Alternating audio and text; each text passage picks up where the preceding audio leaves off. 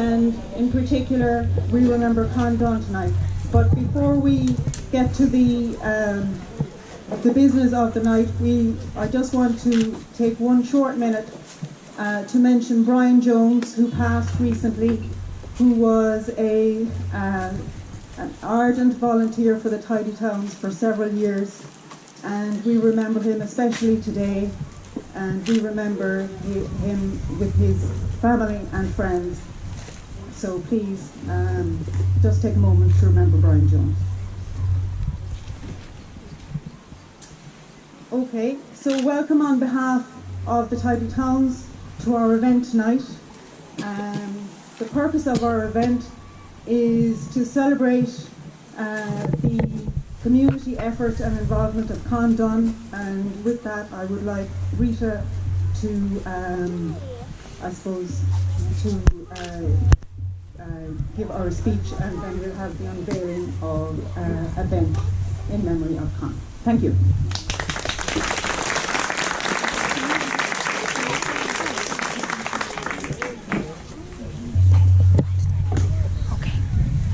Hello everybody, welcome. Well, we're here together this evening to honour Con Dunne, former founding chairperson of our Tidy Towns. And he would thoroughly approve of this event, because because it brings us all together. That's what he enjoyed most. Neighbours and friends keeping in touch and having an enjoyable time. You all know that. Anybody who met Con knew what he was doing. He was busy among the community every single day. Very low key, very subtle. A phone call here, a little nod there. Our neighbours in Cowan, our neighbours in Coachford, our neighbours in Killardoe, Kilmurray, Aherle. He used to put a picture of them in every calendar that he was responsible for, because he wanted us to see that that was what community was about. Now, when he founded our Tidy Towns group, we think it's in 2008, if we stand corrected, he had a well thought out strategy in place. But more importantly, he had a vision that would benefit our beautiful Leaside area and bring together all children, adults of all ages. There followed all the activities and events which he initiated, and we endeavour to carry on to this day. And among these, I'm going to just list a few. I can't elaborate because we'll be here all night. Anti-litter campaign, still going strong.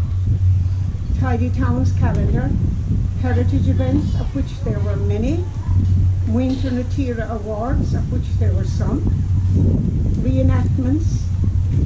And he was also a founding member of Canopy Historical Society with Peter Scanlon, my late husband John, and myself. And we took many field trips out to see antiquities of all sorts and discovered many things. He was the director of Carrigadrummond Castle Project Limited. That was his effort and ours to see if we could save the castle behind us here, which is in dire need at the moment. So if you know anybody with influence or anything like that, please put in a word to see could we shake a few bob out of some place to keep the castle standing. He compiled and he published From Carrick to Croke Park a very comprehensive history of Canopy GAA Club. Nobody could even evaluate the amount of years, but I remember reading in 1987 that he was compiling it that time. And thankfully, he got it done after the All-Ireland, which was a wonderful thing. He trained the schoolboys and girls for Skeena with many successes in Páirc Uí Chaoimh. His chief contribution was that he spent hours visiting the homes of old friends. He would call quietly at night time to elderly people and things, and he had the patience and the kindness and the time for them. But it was all low-key. And he was in constant contact with many different groups outside our area. And if we had an event, he was on the phone to everybody, reminding them. But I think that among the events that pleased him most, two stand out for me. Others will think differently. We had large reenactments and things, but one was the visit to John Brown's farm over on the Con Road, because John and himself worked for months getting all the outhouses of that old homestead fit for displaying where the animals would be. So the horse was inside in a stable looking out over a half door. The pigs were inside in another house, all the farm implements, and of course he had them all labelled and explained.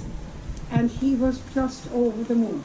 And the donkey was braying outside the ditch, and that made him very happy, because when we'd start to talk, the donkey would take over. And he just loved it. And we had a cup of tea, of course, at every event. He felt it was no event if the people weren't fed. So we're still doing that to this day, but tonight is a different night for the picnic. Then I suppose the other one was just supreme in his mind, and that was the barn dance that he held above in his own barn. And that night, with the bales of hay around, and the lights that we borrowed from Mahaburg, and the this and the that, and all the pouring of the concrete, I can't name all the helpers and the chief movers, but the trucks and the gravelling and all the things. And then we had the teas going on, and the music and the singing and the shanapee, and Con was in his element. He was so grateful for that night.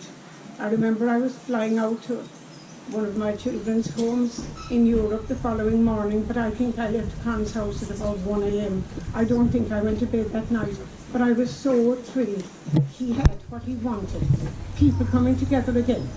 So I believe if he's anywhere, he has to be here tonight, because all his pals are here with him.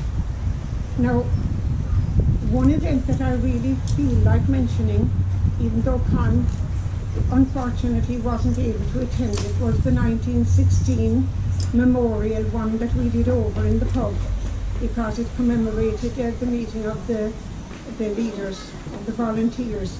They stayed in the pub that Sunday night.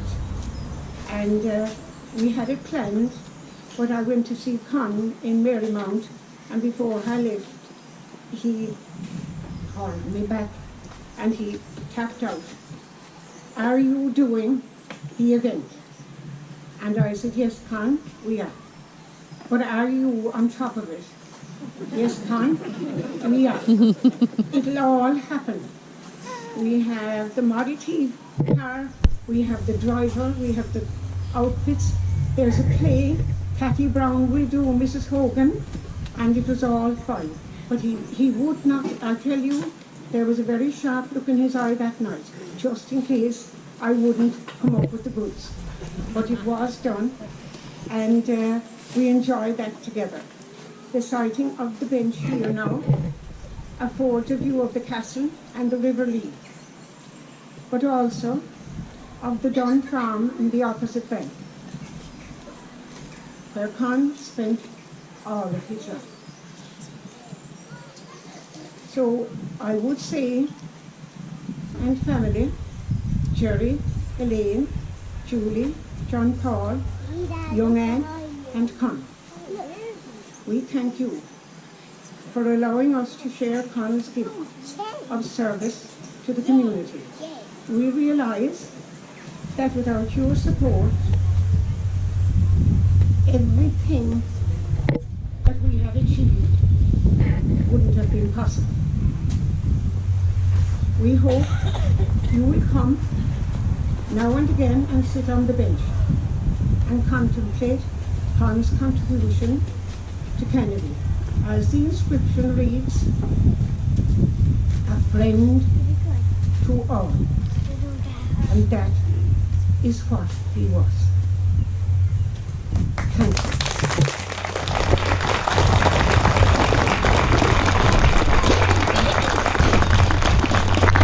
It doesn't matter, you can throw it down the back end. See, like right? 1, 2, 3.